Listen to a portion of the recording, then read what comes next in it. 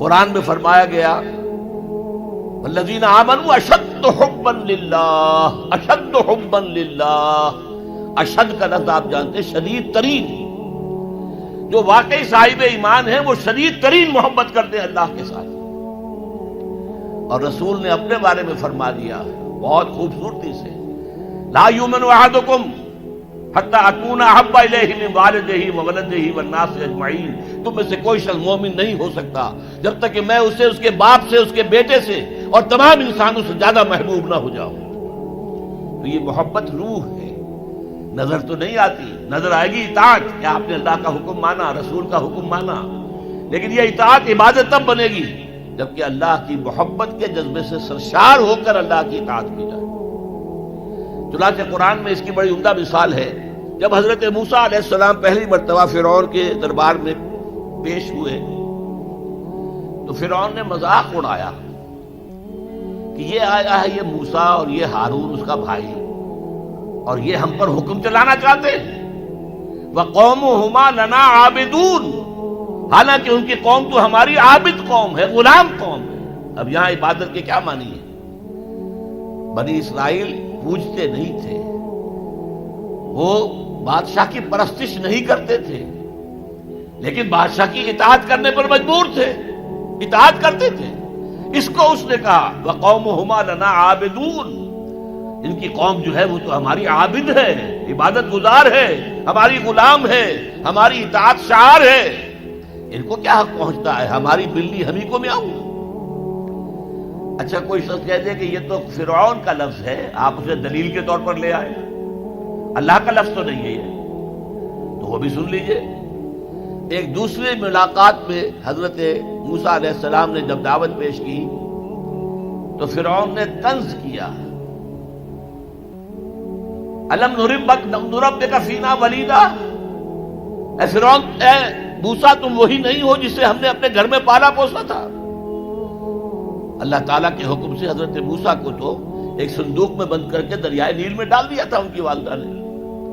وہ محل کے پاس سے گزر رہا تھا کہ وہاں کچھ عورتیں جو ہے دریا پر آئی ہوئی تھی نہانے وغیرہ کے لیے، انہوں نے وہ تابوت جو تھا صندوق وہ پکڑ لیا، اس میں حضرت موسیٰ نکلا ہے، اور اتنے خوبصورت تھے یہ فوراً سمجھ میں آ گیا تھا یہ کوئی اسرائیلی ہے، اور اسرائیلی بچوں کے بارے میں حکم تھا کہ فوراً قتل کر دو، اگر لڑکا ہو، لڑکی ہو تو زندہ رہنے دو۔ لیکن یہاں حضرت آسیہ تھی، فرعون کی ایک بیوی جو مسلمان تھی، بنی اسرائیل میں سے تھی، انہوں نے کہا فرعون سے لا تقتلوہ، مت قتل کرو، قرۃ عین لی ولک، دیکھو ہمارے ہاں اولاد نہیں ہے، یہ تو میرے اور تمہارے لیے آنکھوں کی ٹھنڈک بن جائے گا، دیکھو کتنا خوبصورت بچہ ہے، لہذا ان کو قتل نہیں کیا گیا۔ اللہ تعالیٰ نے ایک جگہ سورہ طٰہٰ میں احسان گنایا ہے حضرت موسیٰ پر، وَأَلْقَيْتُ عَلَيْكَ مَحَبَّةً مِّنِّي، میں نے اے موسیٰ تم پر اپنی محبت کا پردہ ڈال دیا تھا، ایسی محبت خدا بندی، ایسا ان کا جذبہ ابھرا لوگوں کے اندر کہ حضرت موسیٰ کو غضب نہیں پہنچایا گیا، محل میں پلے ہیں۔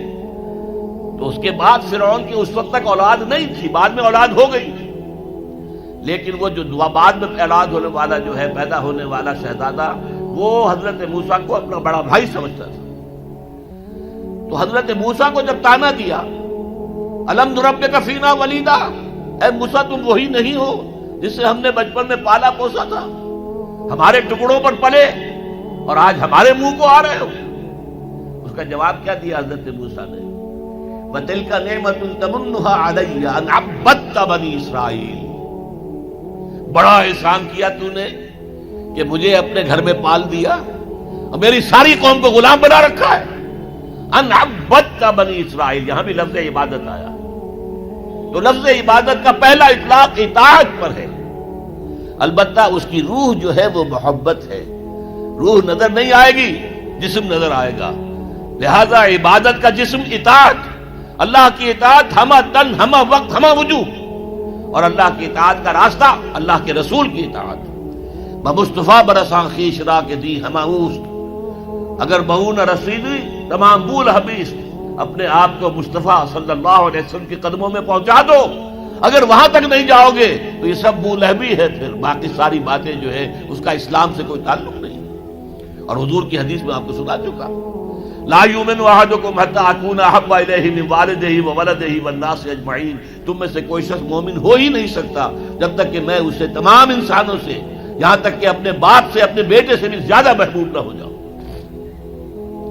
اب ایک نقطہ اور سمجھیے کہ میں نے بھی مانا نماز بھی عبادت ہے، روزہ بھی عبادت ہے، یہ عبادات ہے، تو کیا تعلق ہے ان عبادات کا اس عبادت کے ساتھ جس کی تم بات کر رہے ہو؟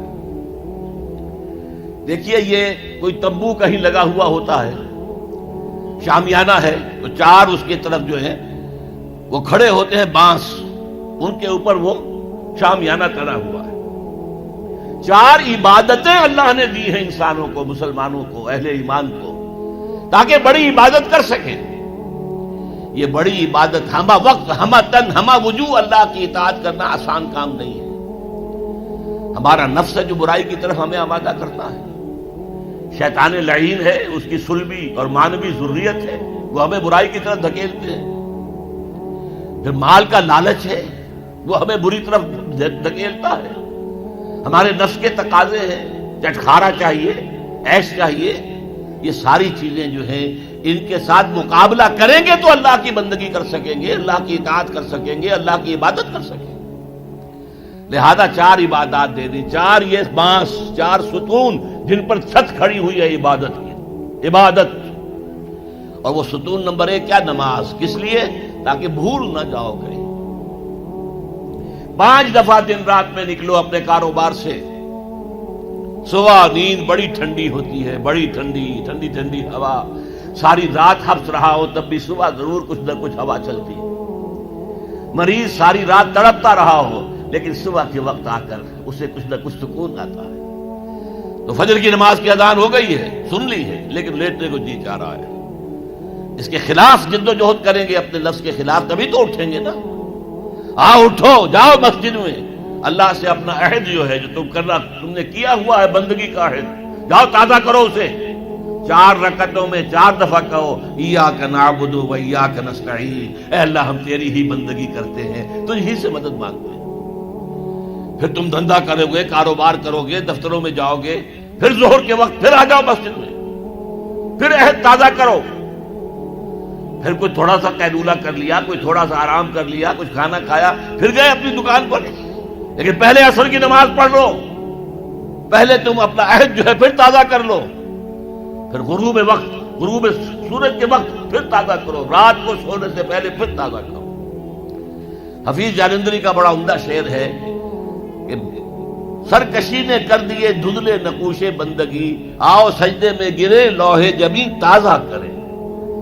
یہ ہماری یہ سلیٹ ہے، لوح تختی ہے، اس پر لکھا ہوا کہ ہم اللہ کے بندے ہیں، لیکن سرکشی جو اندر سے آ رہی ہے نفس کی، اس نے اس لوح کے اوپر جو لکھا ہوا ہے ہم اللہ کے بندے ہیں، اسے دھندلا کر دیا ہے۔ آؤ سجدے میں گریں، زمین پر اپنی اس پیشانی کو رگڑیں تاکہ وہ جو نقش ہے بندگی کا وہ تازہ ہو جائے۔